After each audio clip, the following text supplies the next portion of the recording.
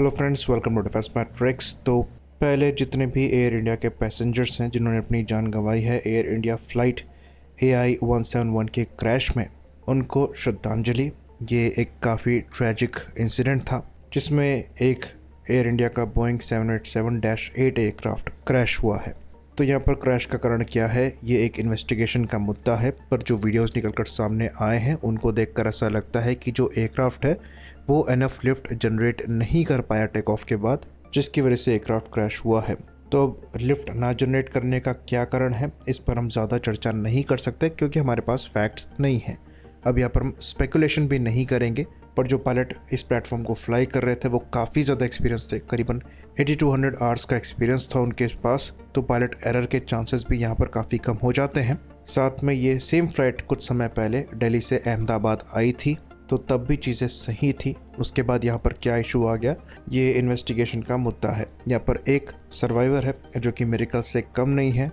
कई जगह पर कहा जा रहा है कि ये इमरजेंसी एग्जिट से जंप कर गए थे और शायद इसीलिए सरवाइव कर पाए। बाकी ग्राउंड में भी कुछ लॉसेस हैं क्योंकि जो एयरक्राफ्ट है वो एक मेडिकल कॉलेज के कंपाउंड में गिरा है जहाँ पर मेस और जो रेजिडेंशियल एरिया है वो अफेक्ट हुआ है। इस प्लेन में गुजरात के फॉर्मर CM भी थे जो सरवाइव नहीं कर पाए। तो ये काफ़ी ट्रैजिक इंसिडेंट है और हर एंगल से इसकी जांच होना ज़रूरी है। खैर, अब यहाँ से आगे बढ़ते हैं और बात करते हैं आज की टॉपिक की। तो ऑपरेशन सिंदूर के बाद पाकिस्तान द्वारा जर्मनी की तरफ देखा जा रहा है अपने एयर डिफेंस कैपेबिलिटी को एनहेंस करने के लिए, और ये IRIS-T SLM को एक्वायर करने पर विचार कर रहे हैं। SLM का यहाँ पर मतलब है सरफेस लॉन्च्ड मिसाइल। IRIS-T एक German air to air missile है जो कि एक्चुअली एक short range air to air missile है। इमेजिंग इंफ्रारेड सीकर को यूज़ करती है और आपको एयर लॉन्च वर्जन में करीबन 25 किलोमीटर के अप्रॉक्स की रेंज यहाँ पर मिल जाती है। लेकिन जो SLM वर्जन है जो कि पाकिस्तान द्वारा सीक आउट किया जा रहा है, उसको स्पेशली मॉडिफाई किया गया है और यहाँ पर आपको रेंज एक्सटेंशन देखने को मिलेगा। करीबन 40 किलोमीटर के आसपास की आपको यहाँ पर रेंज मिल जाएगी और फ्लाइट सेलिंग भी यहाँ पर कंपैरेटिवली ज़्यादा है जो कि 20 किलोमीटर के अप्रॉक्स की बताई जाती है। तो ये मिसाइल मैक 3 की स्पीड अचीव कर सकती है, काफ़ी ज़्यादा मनूवरेबल है। और जैसे कि स्पेसिफिकेशन में यहाँ पर पता लगता है, जो IRIS-T SLM है ये एयर लॉन्च IRIS-T से डिफरेंट है। यहाँ तक कि यहाँ पर आपको पॉइंटेड नोज कोन मिलेगी जो कि IRIS-T में नहीं है, और ये जेटेसनेबल है। बेसिकली ड्रैग रिड्यूस करने के लिए यहाँ पर इसको लगाया जाता है।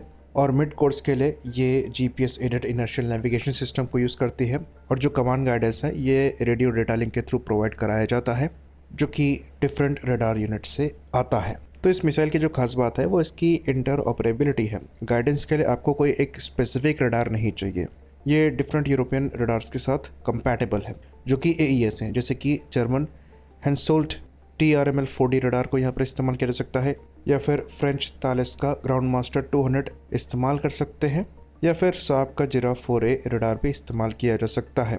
साथ में इसको कंपैटिबल बनाया जा रहा है लॉकहीड मार्टिन के स्काई कीपर कमांड और कंट्रोल स्टेशन से। तो ये रडार मिसाइल गाइडेंस के लिए इस्तेमाल हो सकते हैं। बाकी आप EO/IR सेंसर को भी यूज़ कर सकते हैं पैरेलल में ज़्यादा एक्यूरेसी के लिए।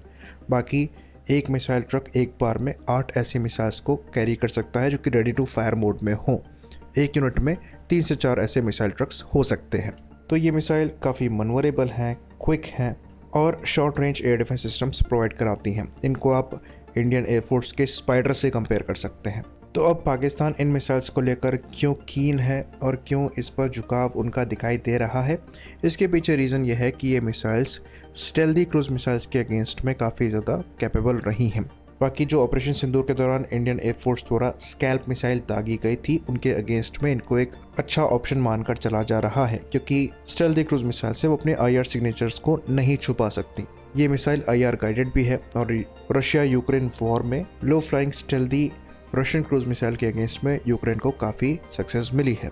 इसलिए पाकिस्तान का भी यहाँ पर इंटरेस्ट दिखाई दे रहा है। साथ में इन मिसाइल्स की सक्सेस जो है ये रशियन ऑनिक्स मिसाइल्स के अगेंस्ट भी बताई जाती हैं जिस पर ब्रह्मोस बेस्ड है। तो मोस्ट लाइकली ये भी एक बड़ा कारण हो सकता है। तो अब पाकिस्तान को ये मिसाइल्स मिलती हैं नहीं मिलती हैं ये देखना होगा, क्योंकि अभी कंसिडरेशन ही यहाँ पर बताया जा रहा है। वहीं पर जर्मनी इनको बेचेगा या नहीं बेचेगा ये भी देखने वाली बात होगी, क्योंकि जर्मनी द्वारा फ़िलहाल इंडिया के साथ अपने डिफेंस रिलेशंस को बेटर किया जा रहा है। और जो कंपनी इन सिस्टम्स को बनाती है जो कि डेल डिफेंस है, उसने हाल ही में कोलैबोरेशन किया है रिलायंस डिफेंस के साथ, जिसके अंतर्गत volcano 155 millimetre precision guided artery shells को इंडिया में बनाया जाएगा।